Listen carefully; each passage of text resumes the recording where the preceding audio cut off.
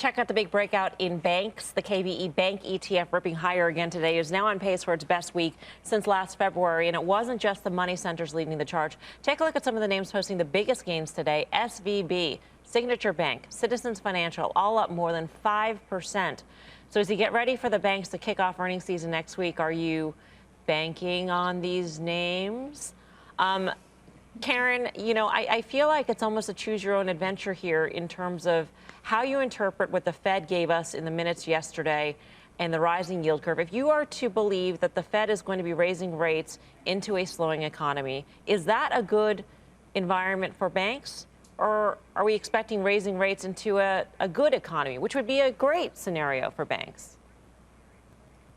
I think we're looking at the latter. I mean, because of Omicron, is the economy slowing from sort of a, heading for a blistering pace, but a month or two ago? Yeah, it's slowing a little bit, but I think it's going to be really still a strong economy. So the combination of the Fed raising rates with a strong economy, and hopefully that means with loan growth as well, that sets up really nicely for banks. So even though we focus on the 210 spread, banks are not set up as a giant 210 spread, but sentiment is set up that way. And so we've seen, obviously, in the last few days, sentiment really strong for the banks. The only thing I don't like about it is I hate when the banks run up going into earnings, because invariably, whatever they report isn't good enough for what that run up was expecting. So that could happen next week, but I am in these for the long term.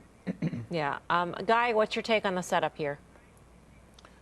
I think Karen's spot on in terms of the setup, but, we talk about a lot of these names, and I'm guilty of it all the time. I'll actually bring another name that we haven't talked about, probably for good reason, but look at the recent move in Regions Financial, which reports in a couple weeks as well. Some of these big banks obviously are top of mind, but some of them are flying under the radar screen, and RF is now trading at levels we haven't seen in 14 years. Valuation as reasonable as any other bank that I can see out there, and they've been making these sort of tuck-in acquisitions.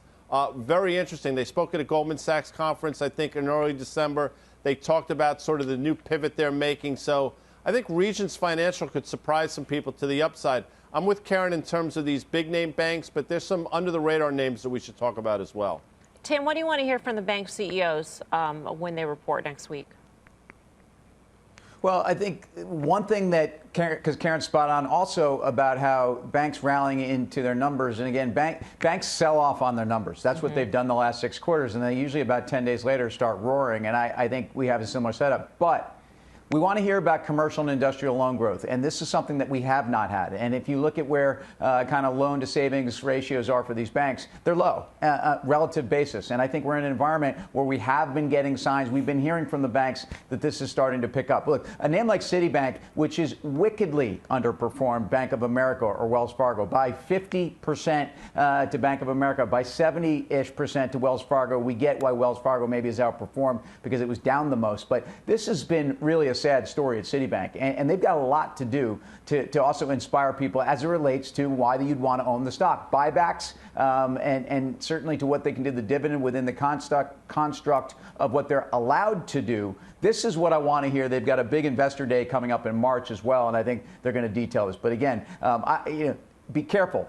Net interest margins from a steeper yield curve is not necessarily the same thing as what happens to the yield curve. Banks make a lot of money when the Fed raises rates, but you have to be careful about where the shape of that yield curve ends up. What is a better trade? We've talked about the crush in valuations in some of the fintech sort of names, and then the rise in the traditional banking names. So, Nadine, what's the better trade in your view at this point? Shorting those fintech names, an Affirm, SoFi, it's a Square, or Block Now, et cetera, or being long the traditional banks? Mel, we talked a few weeks about trimming the tree in tech, but now you have already done that, and then people started piling into it. So the trade is mostly done, I think. And if, we get some details from the different custodians and prime brokers we work with, and they're saying now that a lot of hedge funds are underweight tech. And so I don't think this is the time to go start shorting something that is, fallen on its chin. And as Karen said, a lot of these have run up now into earnings. So, we see, maybe a little bit more upside for financials. We're more heavily into European financials. But you have to start trimming here, too, because, they're not at overvalued levels yet. But what happens is once you start getting paid and then potentially overpaid, then you want to be bottom fishing in the best names of what you're talking about in fintech. Not all names, but the best names. Yeah, in terms of positioning, Goldman Sachs had an interesting note out about hedge funds selling off technology in the last 4 days, ending on just this past Tuesday, so not including Wednesday's sell-off. But the dollar amount of technology sold was the highest level in about a decade. Karen, do you think that the sell-off that we've seen in an Affirm, which is down about 26% over the past month, is that sort of pain over in that trade, or are the valuations still overstretched?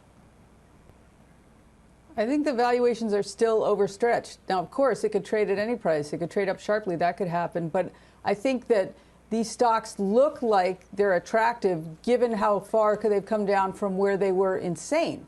So that doesn't make them, to me, a good valuation. I still think there's a lot of froth in there.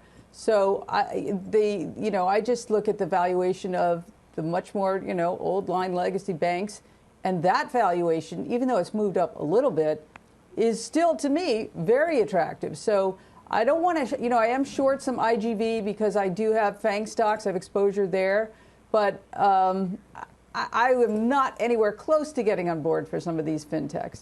Is that how you should look at it? I mean, is it the traditional banks or is it fintech, or is fintech versus other places in technology, Tim?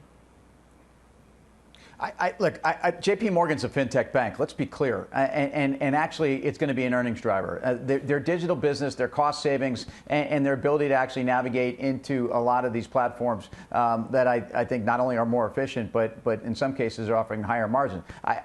They are fintech banks. Old is new, new is old. And I think this is part of the dynamic. Affirm, again, it's not because there's regulatory pressure on them. There's an extra focus by regulators on some of these loans and what they're doing with the consumer. The valuation never made any sense. It's nice. It's a new business line. I get it. But the legacy money banks are the ones to own. Yeah. Guy?